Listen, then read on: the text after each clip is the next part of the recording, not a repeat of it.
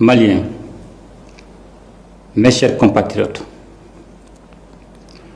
je m'adresse à vous en ce moment d'extrême gravité que traverse notre pays suite à des attaques terroristes survenues le 25 avril 2026. Ces attaques complexes, coordonnées et simultanées, ont visé les localités de Bamako, Kati, Kona, Mopti, Gao et Kidal. Grâce à la promptitude et au professionnalisme des forces armées et de sécurité, un violent coup d'arrêt a été donné aux assaillants, dont l'objectif était d'installer un climat de violence généralisée dans les localités concernées. Grâce au sang-froid des hommes engagés et au maintien de la cohérence de la chaîne de commandement, le plan funeste de l'ennemi a été déjoué avec la neutralisation d'un nombre important d'assaillants. À l'heure où je vous parle, le dispositif est renforcé, la situation est maîtrisée et les opérations de ratissage, de recherche, d'exploitation du renseignement et de sécurisation se poursuivent. Maliennes, Maliens, en ces instants de douleur collective, ma première pensée va aux victimes et à leurs familles. Je m'incline devant la mémoire de nos compatriotes, civils et militaires, tombés sous les coups de la barbarie. J'adresse au nom de la nation tout entière mes condoléances les plus attristées aux familles endeuillées et exprime ma compassion aux blessés. C'est avec une grande peine que je tiens à rendre un vibrant hommage à notre regretté ministre d'État, ministre de la Défense et des Anciens combattants, le général de corps d'armée Sadio Kamara, dont la disparition constitue une perte immense pour la nation malienne. Ce valeureux officier a servi le Mali avec loyauté, courage et dignité, avec un sens élevé du devoir à un moment où notre pays est engagé dans une lutte acharnée contre le terrorisme. À sa famille, à ses proches, à ses collaborateurs et à l'ensemble des forces armées et de sécurité, j'adresse la compassion et la solidarité de la nation. Son engagement restera gravé dans la mémoire collective et son sacrifice nous oblige. Qu'Allah lui accorde sa grâce infinie. Mes chers compatriotes,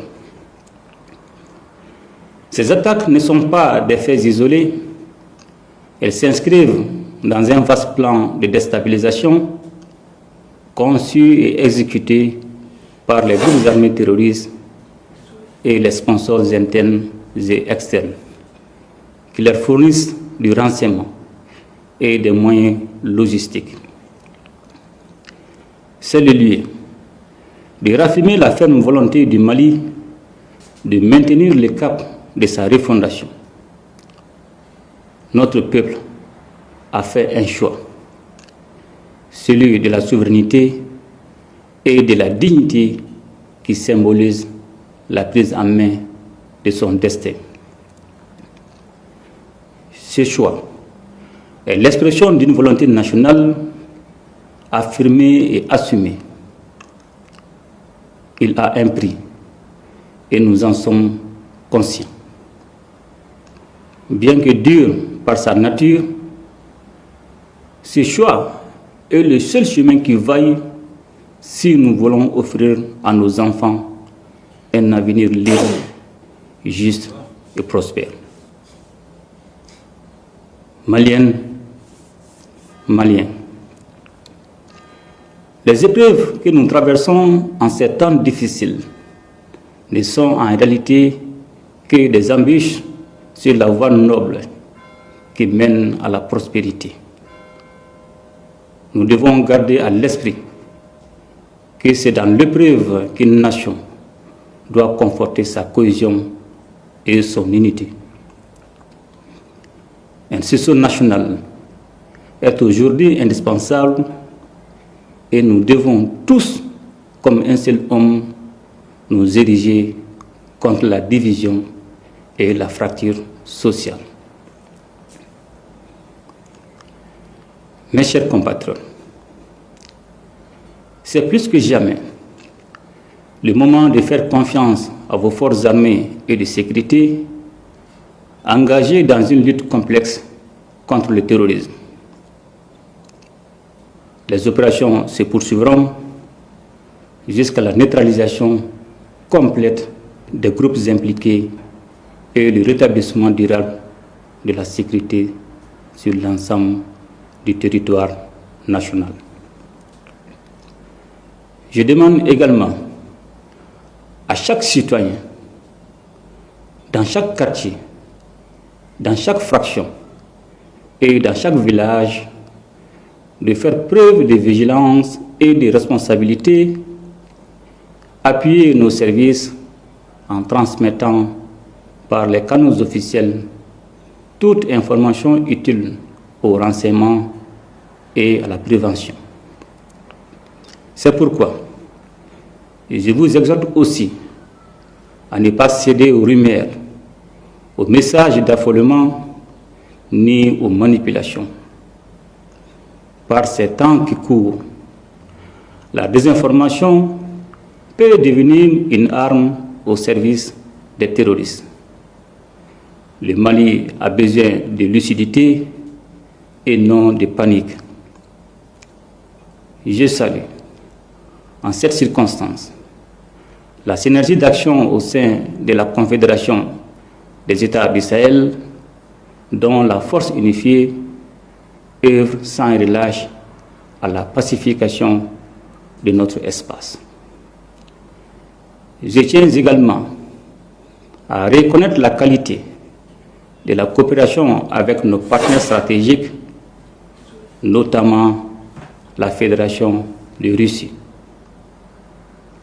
J'ai instruit le gouvernement de prendre toutes les mesures nécessaires pour renforcer l'assistance aux victimes, soutenir les familles endeuillées et accompagner les blessés.